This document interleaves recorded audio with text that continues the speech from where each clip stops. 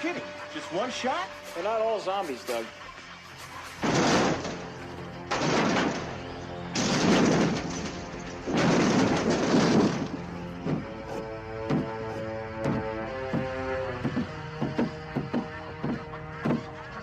How do you fight this thing? Maybe we could drown it in A1 sauce. Well, sometimes that is better. The person you put up there ain't the person that comes back. It's a dance song to get down with. About 6 feet under. Get there. Ooh, I love this song.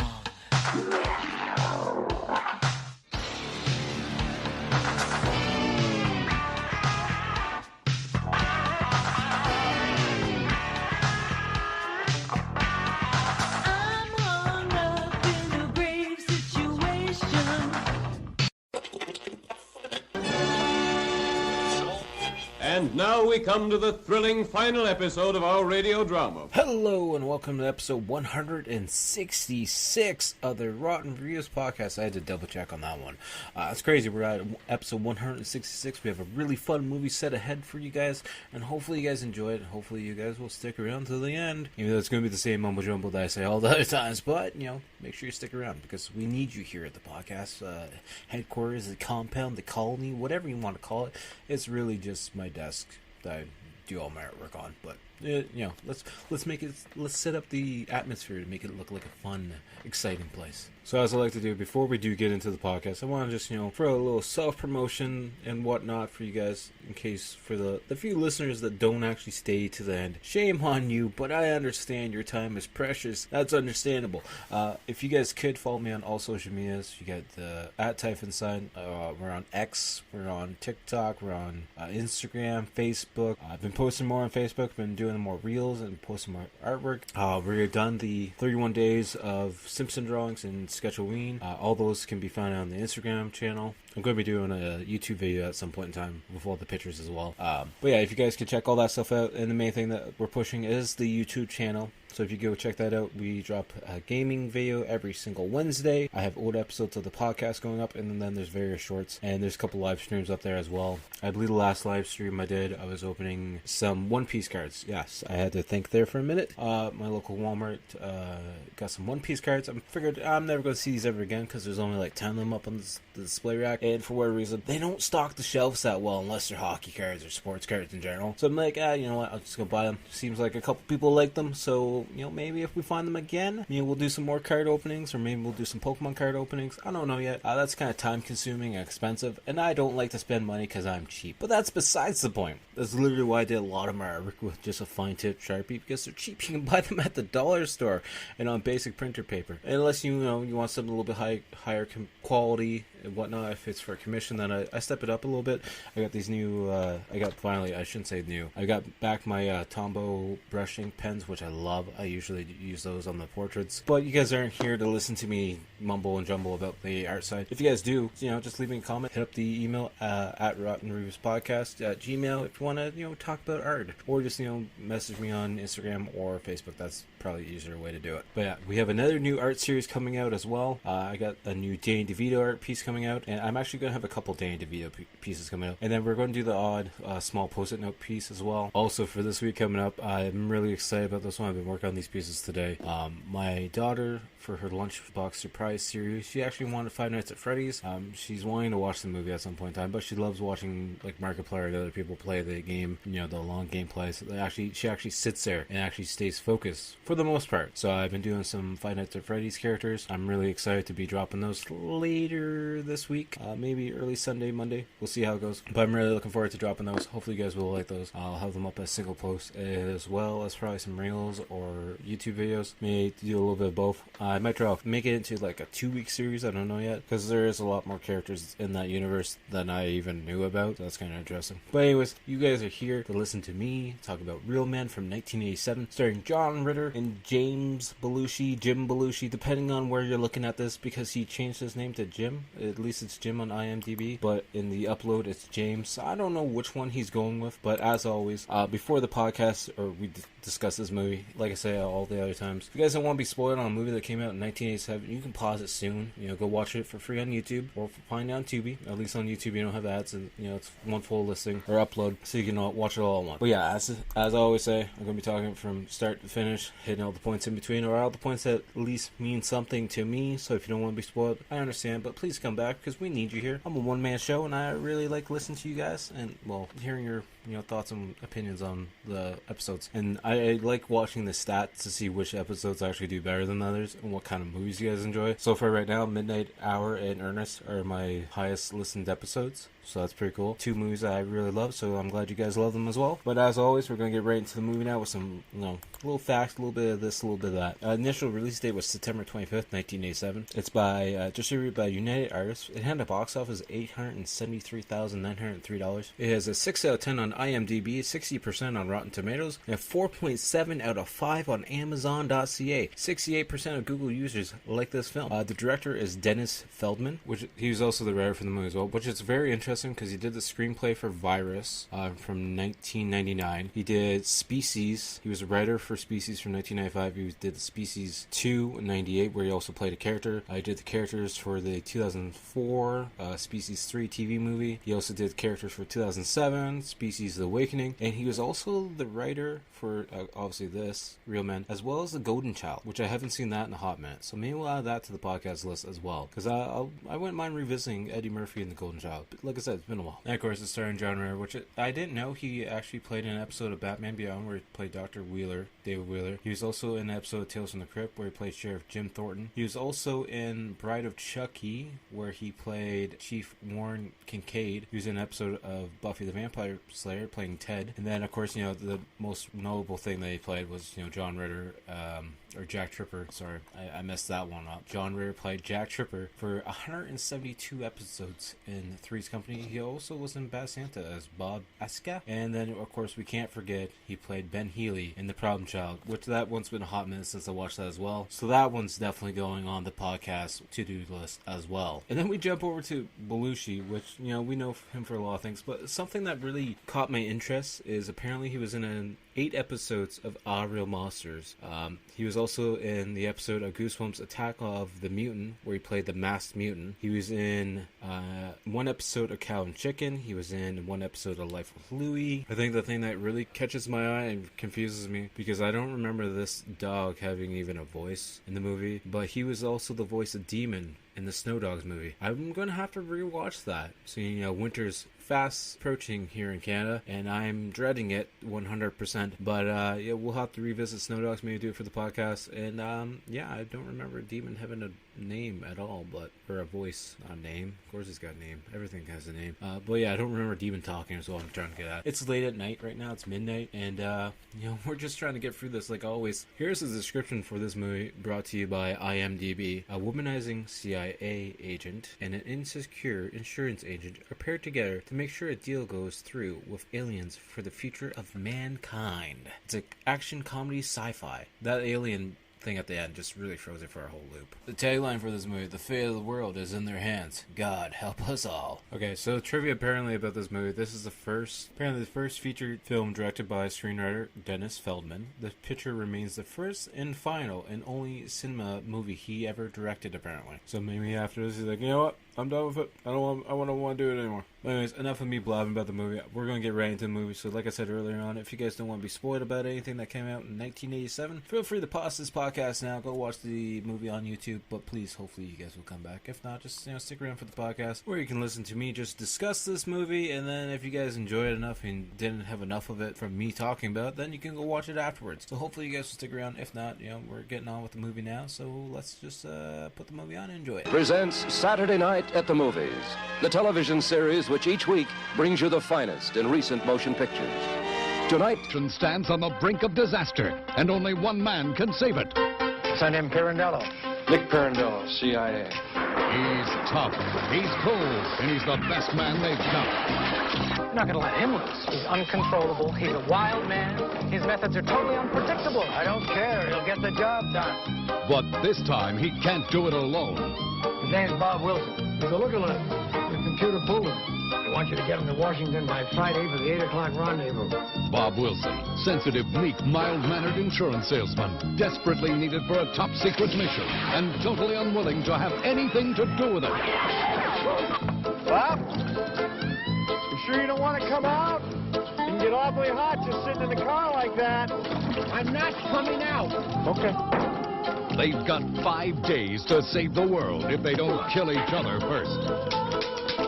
You don't have to touch it, Bob. The gun is empty. They face enormous odds. Stay close and do exactly what I do. Bang! Relentless Russian agents. What is this? Lunch. They just wait for lunch? Yeah, they're not as dedicated as we are, Bob. You know, they have no incentives, no motivation. Deceptive enemies. Who are those clowns? Holy shit! Clown attack! Clown attack? Yeah, they've gone bad. Bad clowns? And ruthless women. On your knees, slave! Okay. You're one of those feminists, aren't you? Silence! Saturday Night Live's James Belushi. Emmy Award winner John Ritter. This is a job for real men. Bob, why are you crying? Real funny, real men.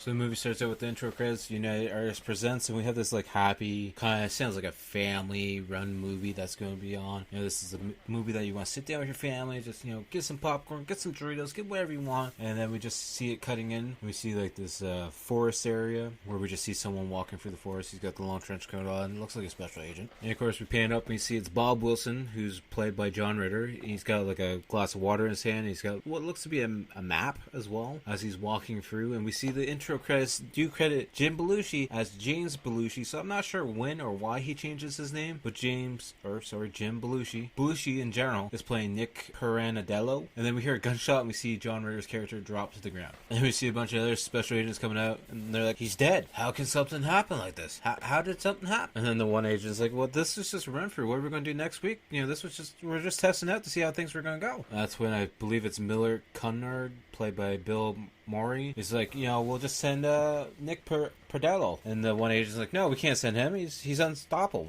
He's not good. He's just not good for the force. This is not going to work out. So I'm guessing like that John Ritter, at least it looked like John Ritter in this copy. I'm assuming maybe he was just like a clone or a guy in a mask. I don't know, but he's dead. That one at least is. And then the whole music changes up, and then we're in this like grocery store, but it's a very unique looking grocery store. And then the music's just picking up at more and more, and we see Belushi's character, you know, trying to sell some fish because he's like an undercover agent. And then through this crowd of people in this market area, we see this guy walking with a trench coat, and that catches Belushi's character's eye. He's like, that looks interesting. And we just see this package or piece of paper getting passed around, and then this old lady sets it down on a barbecue and it goes up in flames. And then we see that guy walking through. He's outside now, and then out of nowhere, Belushi grabs him, pulls him into a container, and he's like, hey, I didn't hurt you. Yeah, I was just checking you out, right? And the other guy's like, oh, you're Pirandello. You're the guy that took out the Russian secret agent. He's like, it's no big deal. Don't worry about it. So then Belushi's character starts questioning. He's like, yeah, I just want to see where you're picking up that map, but I just want some information. He's like, I can't tell you that because I'm trying to be as good as a secret agent as you are. That's when Belushi starts laughing at him and then starts to choke him a little bit. Or actually, he puts a pill down his mouth. He's like, that's a 607 special death kit. Don't worry about it. You're fine, though. Everything's going to be fine. He's like, you're going to have a painful death, but don't worry about it. You want a carrot? And the guy's like, what kind of painful death? He's like, don't worry about it. You're a tough guy. Don't worry about it. You're going to be fine. You're going to walk it off. Don't worry about it. So then the guy's like, okay, you got to go to the Hideaway Hotel. You know, it's room 505, I think. And then Belushi's like, thanks. And he's like, what about the endos? He's like, what endo? For the pill I swallowed. He's like,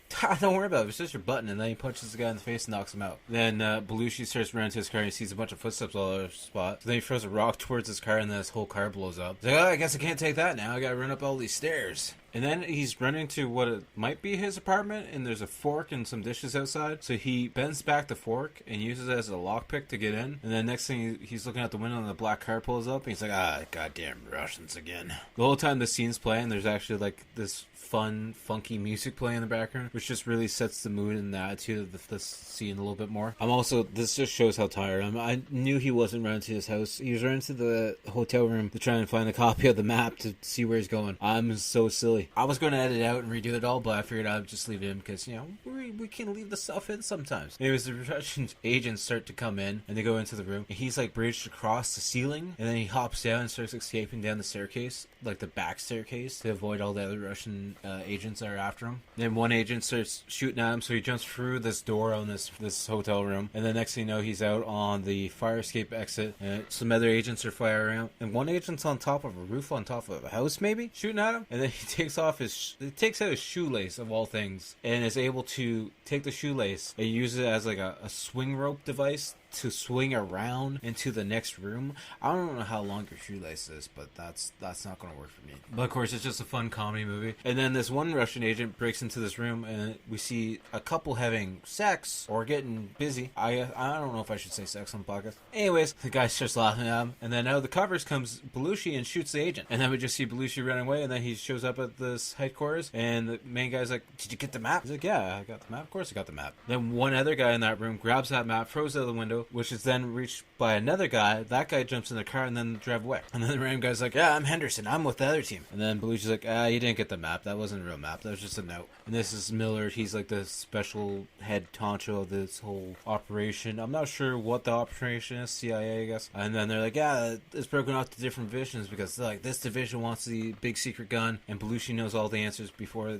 the guy can even say them. And then that's when Connor pulls out the picture of Bob Wilson, John Ritter's character. He's like, he looks like a simple guy. And that's when Belushi's like, "So you want me to train this guy?" He's like, No, I don't want you to do anything like that. I don't want him to scare him. He's getting pulled out of his normal day life, and I just want you to, be a friend to him. He's like, "So you want me to be caring and care about his feelings and whatnot?" He's like, "Yeah, you gotta work with him. We gotta make this work." And then we cut to John Ritter, who's driving down the road. He gets a little bit confused at this muscle car that's sitting off on the side of the road, and he almost runs into this dairy truck, and the guy just winks at him, and there's like this happy family music playing, and he's very confused at his surroundings. Apparently there's a bunch of secret agents just trying to pretend that they live in his neighborhood. They don't actually live there by the looks of it. We see him pulling into his driveway, using that big ass button to open up his garage door. Just see him, briefcase in hand, and he's got like lawn ornaments that are ducks, and one of them's out of place, so he fixes it because he's OCD like that. I can understand, I can relate. Walks in the front door, and all he sees is his wife and his two kids just staring at him. He's like, what is it? We find out some people have been saying stuff about the sister or the daughter, and then the little brother's bike's missing. They're like, "Yeah, so you need to talk to neighbors because the bike's stolen and stuff." And he's like, "We don't know if your bike's actually stolen. Maybe you're just a little kid. Maybe you lost it, Bobby. Maybe it's just surrendered somewhere." We find out it's probably the neighbors because the neighbors like to blast music, and they're causing kind of an issue. So then he goes over to the neighbor's house, and it's a bunch of guys hanging out in the garage, and he's like, "Hey guys, just wondering, my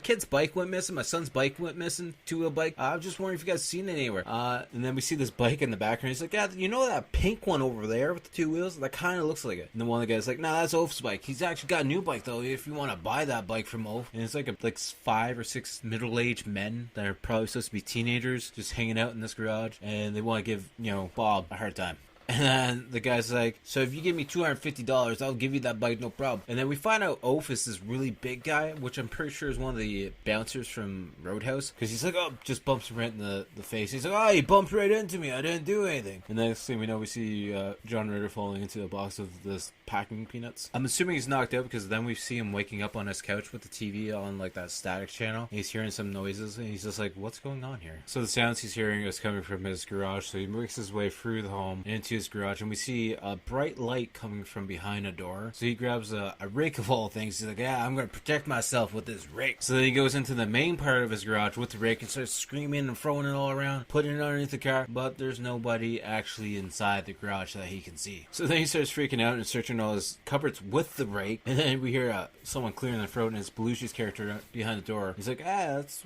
good. That thing with the cabinets, that was clever. Then Belushi introduces himself. He's like, "Nick Perando with the CIA. For whatever reason, Belushi's like, so I read the letters that you wrote to your wife before you guys were married. I'm just curious, what's that one thing she did in Santa Monica that you've been pleading for her to do again? It was really good, right? So then Bob, Ritter's character, tries to hit Belushi in the back as he's walking away. He's like, yeah, you're never gonna go to college. And then he goes to hit him, but he loses grip of the rake because it's still stuck in the cabinets. He's like, you won't go if you don't apply yourself.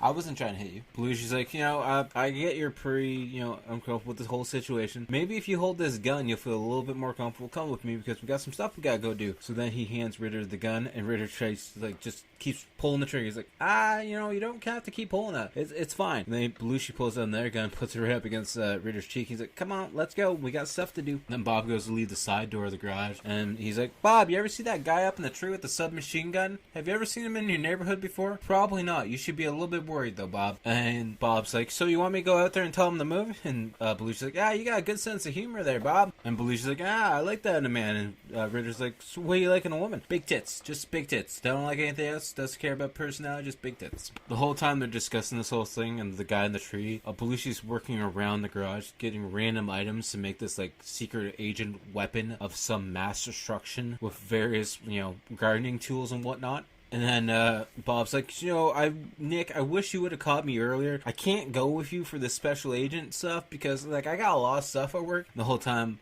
Nick is loading up a tin that has band-aids on the side of it, but he's filling it up with nails for this nail gun that he's making of some sort. And as he's making this weapon, he's like, you know what, I just want you to watch. This is just training, essentially. If you feel like helping out and fighting off these evil special agents that are after you, feel free to help me. But if not, I got it under cover. Don't worry about it. Just watch me work, and we'll go from there, right? And then they're both sitting up against the door, and Bob's like, so they're gonna shoot at us, aren't they? And Nick's like, yeah, probably, Bob. Why else would they brought guns? We see special agents on the roof. We see rockets going all over the place. We see a rocket go across Bob's face twice. And then we see one of the special agents shooting each and every single duck. And he's like, they're shooting my ducks! Why are they shooting my ducks? And then Bob goes around away, screaming, waving his hands. He's like, I'm not with him. I'm not with him at all. And then Bob just gets knocked out because there's another guy hiding behind a tree. And he literally just clotheslines him. And then Nick, pretty much kills off all the agents. A bunch of them run away. And then Nick goes over to pick up Bob off the ground. He's like, you son of a bitch, you were drawing the fire to save my ass. You saved my ass, partner. And Bob's having a hard time talking at this point in time because he literally got clotheslined in the throat. And Nick's like, so where did you hit him? He's just pointing at his throat. He's like, hit you in the Adam's apple, huh? That's horrible. Hopefully you didn't knock that thing loose because if it falls over, it's going to choke you to death. And that's a horrible way to go. So let's hope it doesn't fall over, okay, Bob? And then they go into a random neighbor's house. He's like, what if he finds us? He's like, he's not here. Don't worry about it. And then he goes for the fridge. He's like, the milk container's only a third full. And Bob's like, what's that mean? It's like, well, when over your house, the milk container is full. So Nick's like, you know what that means, right, Bob? It means the milkman's making extra visits to your house to see your wife. And, they're talking about all your, your sexual deficiencies and all your other issues. So the milkman's, helping your wife make her happy. So then they get into a fight on the kitchen table in that house. And then, Bob calms down a little bit. And then they go to leave that home. And then Bob jumps over the fence and runs away. And Nick's just watching like, really, Bob? Come on, man. We're on the same team here, Bob. Then as Bob's walking, another random agent comes out of the woods and then pulls out a switchblade. He's like, hi, I'm Bob Wilson. Then out of nowhere, out of the darkness, Nick comes out and knocks the agent out with the butt of his gun. And Nick's like, Bob, you're supposed to hold the gate for me. I thought we were friends. I thought we were working together. And then Bob goes and runs away, so Nick knocks him out. And the next thing you know, we're waking up. It's Tuesday and we're in Las Vegas, apparently. And Bob's waking up in the back of a car. Then we see Bob run into a payphone and he calls home. And he's like, so I'm in Vegas at some weird place. And the daughter's just yelling because she's the one on the phone.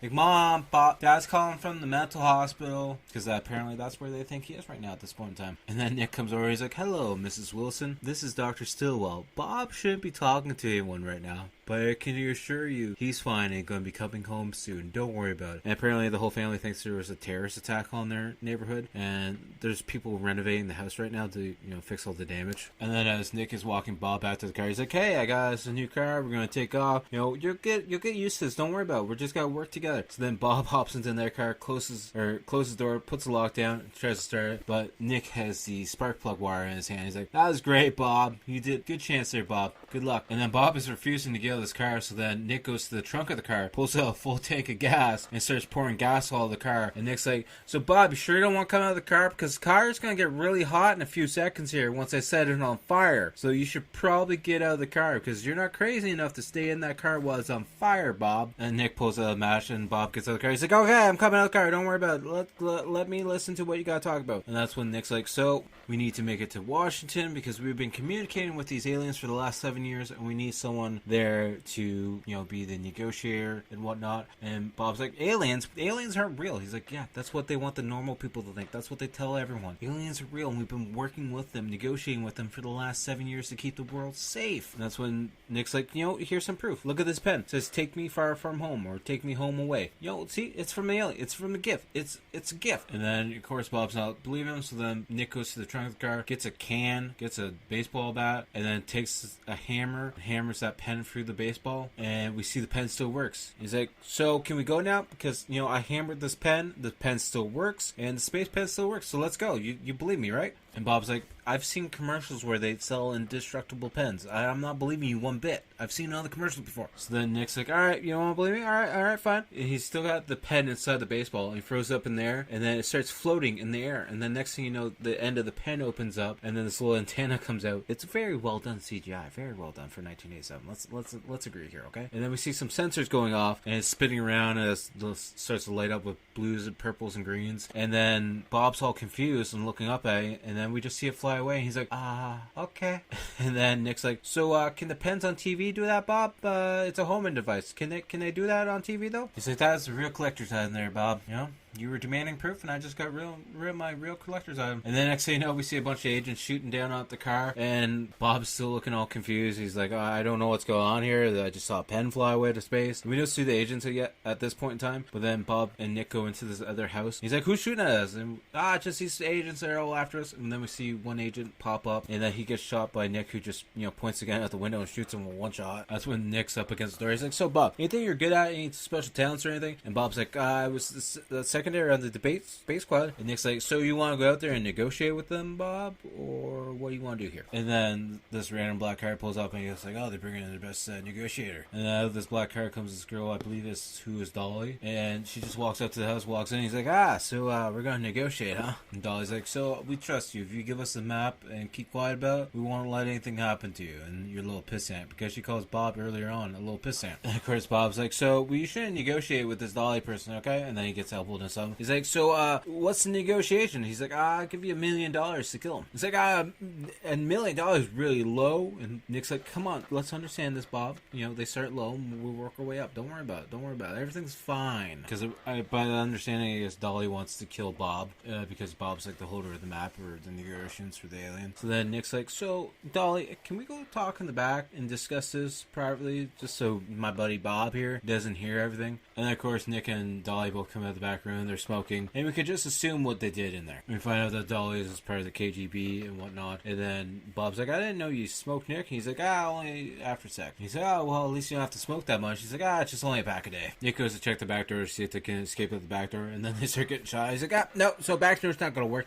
That's an X-nay on that plan. So Nick's hiding with Bob. He's like, so there's no way to get out here alive. Then Bob's like, so what's the good news then? He's like, well, at least we won't have to stay here too long because we're going to be dead soon. Then we see Nick and Bob is escaping through the front. He's like, come on, just stick with me, follow close by, and they just do what I do.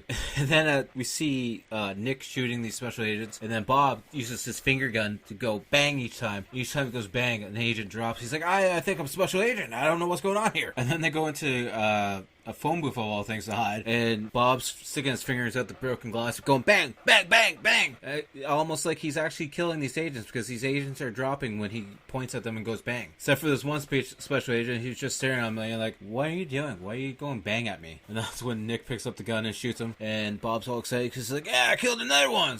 He's not paying attention. This whole time, Nick's been out on the sidewalk looking for a quarter, and then one of the bullets hits the phone and a quarter falls out, and he calls the special agent quickly saying he needs some cover. And this whole time, Bob's been covering with his 2 finger guns, because apparently his fingers are deadly weapons now that shoot random bullets. And then everything goes quiet, and Bob's like, what's going on? And Nick looks at his wrist, and he's like, huh, lunchtime. You can just walk away now. So then as they're walking away, because they're walking through some back alleys, Bob's like, so what do these special agent spacemen want from us anyways? Like, I just want to know what we're doing and what we're risking our life for. Like, I want to make sure that it's more than just, pictures of some space aliens and whatnot. And then Nick starts listing off. He's like, all the trees, all the birds, all the other animals, all the kids. We're pretty much saving mankind here for this deal. So how about, you just stop whining about it? And then Bob's like, well, what's this all about? He's like, apparently some special agents, some special scientists, apparently dumped some toxic waste into the water. They weren't supposed to because they were just trying to hide their evidence. And, the whole world's going to die if we don't work out this deal with the aliens. And apparently for this whole deal, all the aliens want is a nice, glass of water, and that's it. And Bob's like, that's it? They don't want like a cracker or anything to go with it? They just want one single glass of water? So as they're walking down the sidewalk, and Nick's like, Bob, we need to get that one safe car. And Bob's like, where's that going to be? And Nick points right to the spot, and he's greeted by this old lady, who is his mother of all things. He's like, who are you hugging? He's like, it's my mom. Don't worry about it. Of course the car's going to be safe. It's my mother. So they go inside the mom's house, and apparently the father just came home from the hospital. There's an aunt there and whatnot. And then she's like, I got coffee already ready. Got some sandwiches ready. Just, you guys sit down, relax, have a good time, okay? And then Nick and his mom walk away to do some stuff. And Bob's standing there, and then this other lady comes down from the stairs and literally just tackles him on the couch. He's like, hi, my name's Bob. I don't think I don't think you have the right person. Can you please get off me? And then Nick and his mom come through the swinging door from the kitchen, and the both of them just sit on the couch looking all awkward, like, hi, how's it going? You got some food over there, huh? And then Nick walks over, and he sees them both sitting on the couch. He's like, I'm so proud of this guy. And he's touching the girl. He's like, look at the tits on this guy. This is my dad. And Bob's just like, your dad, huh?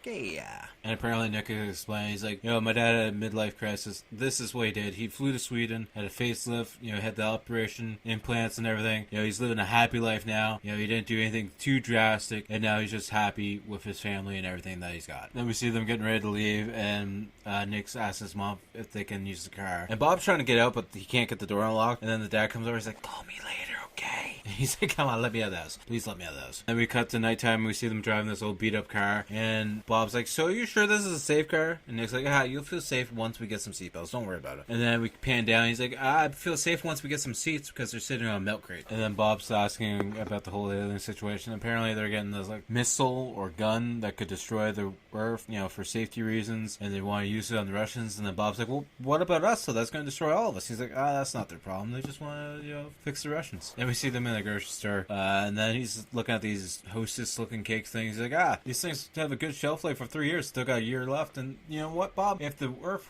did die today, these things would still be fresh as hell in the package. And as they're standing at the cash, Bob looks over and sees a magazine that says 30 questions Eddie Murphy asks every woman. And then it also talks about UFOs. And then he starts making a head gesture and moaning or groaning because he doesn't want the cashier to know about it. And then Nick's like, so you guys got a washroom? And then Bob's just like, no, that's not it at all. And then we see Nick and Bob stopping on this random dirt road in between two cornfields of all things, because apparently Nick needs to take a piss, and he's going into the cornfield to take a piss. And then Bob's like, you know what, don't the CIA and all that stuff have special agents they can use to handle this job? Because I want to get off of this. I don't want to die. The next thing we know, we see Nick disappearing into the corn to take a piss, and then we see Bob running through the other side of the cornfield being like, you know what, I don't want anything to do with this. I'm just going to escape now while he's gone to take a piss somewhere. And as Bob is running through the cornfield, he drops to the ground because he trips over a hole or whatever, and he pulls out his pocket the paper, and he's like, that damn idiot makes me run away with the vital map. How is he supposed to figure out where to go? So then Bob literally runs back to where the road was, where the car was, and he's like, alright, let's get a move. And then once he's on the road again, the car is gone, so he starts running down the road. He's like, god damn it, he left me. And then this whole time Nick was hiding actually in the car. Well, he hit the car in the cornfield, and he walks out off the road. He's like, I hit the car. And Bob's like, you idiot, what?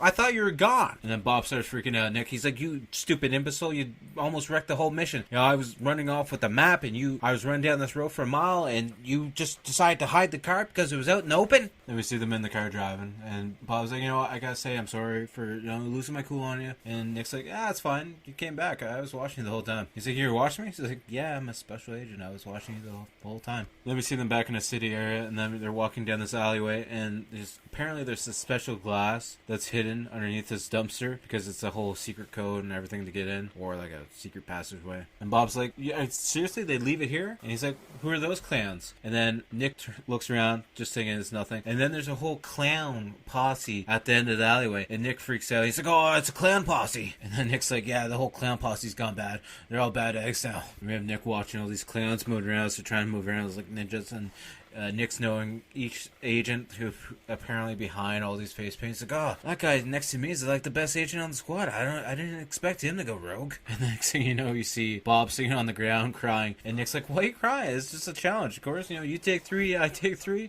It'll be fine, Bob. Just chill, just relax. Can you stop crying, please? We got some stuff we gotta do here. We gotta kick some clown's ass. And then Nick's like, so Bob, I'm gonna be honest with you. I didn't just pick you out of the crowd, okay? You're Russia's #1 agent. He's like, what are you talking about? He's like, they hypnotize you, okay, Bob? It's just like you see on all the other movies. They say the code word, then you snap and you go crazy, okay, Bob? This is the truth. I'm telling you, I'm an American agent. I know what I'm talking about. You were a secret Russian agent, and I'm just not letting them say the code word, so you don't go crazy. And that kind of excites Bob to go fight the clowns, and he runs right for a clown. He's like, let's take him! And this clown just pops up and punches him right in the face and knocks Bob to the ground. And then Nick comes up and literally sacks that clown, and then we see Nick fighting off all these other clowns, throwing them all up against walls. Every time they hit a wall, their nose honks. And then there's one clown left as all the other clowns are knocked to the ground. He's like, I don't believe it. I'm working with a bunch of clowns. And he runs away. And then we slowly see Bob on the ground, moving around a little bit. Nick goes to lay down and starts moaning and groaning, and then Bob wakes up, and they both wake up, and he's like, oh my god, you took them all on. I didn't see it. I just saw you rush there, and I went to go run towards you to help you, and then I ran into a dumpster, and I fell down and hit my head, and it's crazy. You took them all out. And then Bob goes on about how he was Russian, and he got all this, boost going, and because he's a Russian agent, and Nick's like, I was just lying to you. You're not a secret Russian agent at all. I was just saying that to fuck with you. And then a clown's getting up, and then Bob just turns around and knocks him out with one punch, and then Nick's like, you just decked him. You just knocked him out. And then Nick and Bob pull up into this random bar, and Bob's like, so what are we doing here? He's like, getting us late. I almost forgot about it, to be honest with you. And then Bob's like, but we need to be in DC by Friday night. He's like, it's only Thursday, don't worry. If we get there too early, we're just gonna sit around and wait for it. Let's just relax in the bar here. Then out of nowhere, we see this random lady picking up stuff off the ground, and Nick's like, oh, you see that backhead? I'm gonna go after that one. And then we see this trucker and construction worker guy sitting down where Bob and Nick were sitting, and Bob goes over and he's like, that was my seat.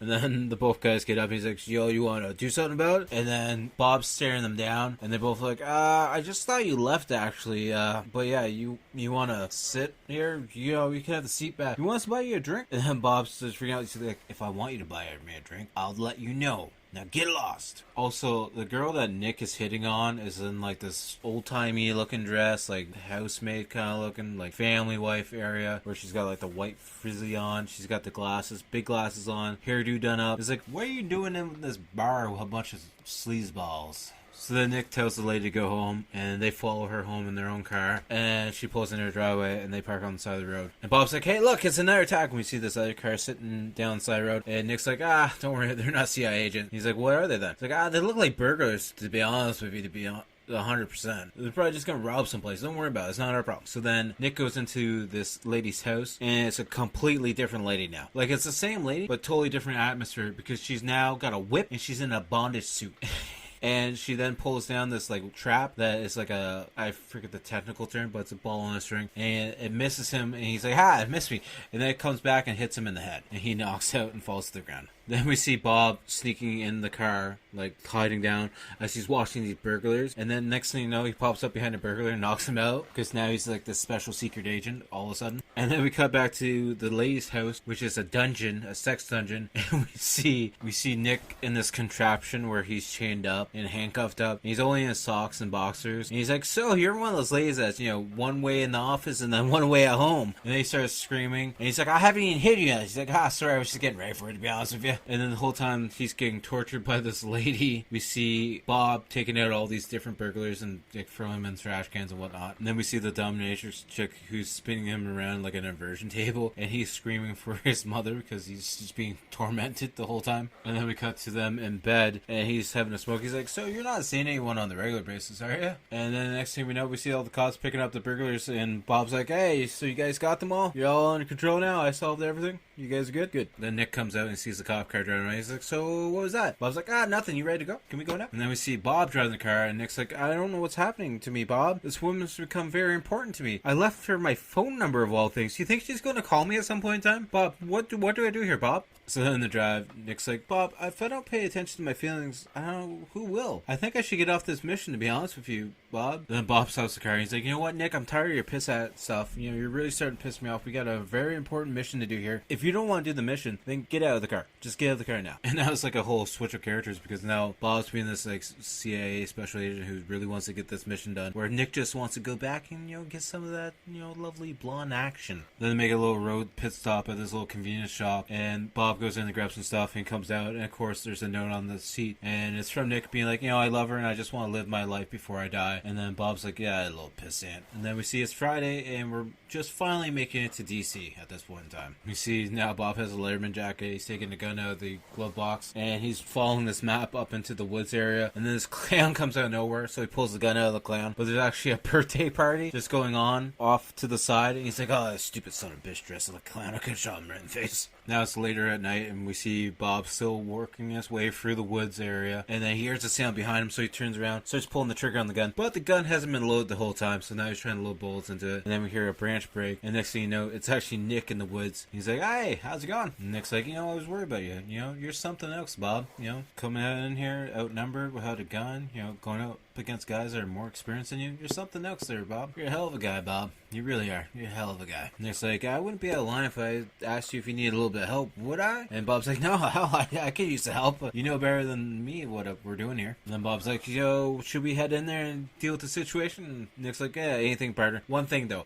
Here, you should take this, though, because this is actually a loaded weapon, and it'll probably help us out just a little bit more than your gun that has no bullets inside of it. And then they're making their way up the hill in this wood area, and then a bunch of agents start shooting at them. So they start shooting back and forth, and the bullets are missing everyone, of course. And then out of nowhere, this Mahoney guy comes up. He's like, I'm gonna help you, Nick. And then he just gets shot, and it's like, oh, okay, well, there goes your help. And then we see Nick shooting some tree branches, and the tree branches taking out the agents because they're breaking off. And then Bob's like, did I tell you, Nick, you're doing a great job today? Can I just let you know that you're doing great today? And then they make it to the special tree that opens up, and they put the glass inside of it, because that's the special glass that they needed for the aliens that was hiding underneath the dumpster where the clowns attacked them. And this tree then fills up the glass with water. And then as they're walking farther up, Millard Cunnert or whatever, the head agent, actually shoots Nick. He's like, don't try it. You know, I've been behind this the whole time. So then Cunnert's pointing the gun at Bob and Nick. He's like, so you're gonna go up there and ask them for the big gun because we want the big gun, so go get it. And Cunnert's like, you better go get the big gun or I'm gonna shoot Nick again. He's like, go ahead, shoot him. He's a big boy.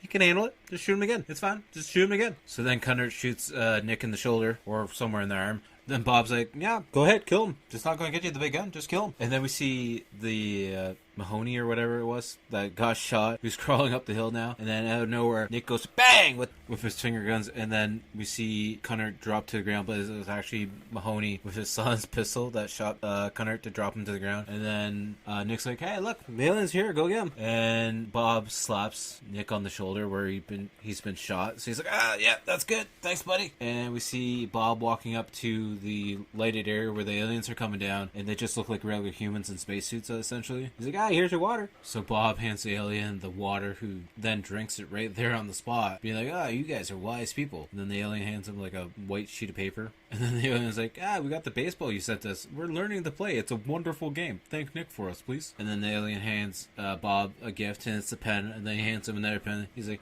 get that one back to Nick. And then here's your glass that's empty now. And thank you for the water. I appreciate it. But yeah, I guess it wasn't a piece of paper. It looks like maybe it's a giant remote. It's a something white that they also hand him. It's not a piece of paper. It must be like a TV remote or something. I don't know. And then the alien goes back into the spaceship and flies away. And then we cut to this limo with American flags on the hood driving down the road, and it stops at this house. And then we see Bob coming out of the house, and he's coming back home, and we see his family outside. And he's like, Dad's home again from the mental asylum. Everyone's just happy to see him home. You know, the house is all renovated, fixed up. And Bob takes his wife inside the house, and he's like, you know, they did a really good job in the house. I've been thinking though, haven't we been getting a little bit too much milk lately, to be honest with you? Then his wife's like, yeah, I just didn't want to get any confrontations. You know, he's been coming around more often. He's been making some suggestive things and whatnot, and I just didn't want to cause any fights. And he's like, I'll just go deal with it. You know, I'll just give him a look and whatnot. It'll be fine. And then we see Bob going over to the neighbor's house, where we see the bunch of guys still in the garage, because Bob's going over to get the kid's bike. He's like, you know what? I just want the kid's bike. I don't want any trouble. He's like, the guys inside, they're like, it's been too late now. And then we see Bob taking on each and every single guy one by one, and he starts,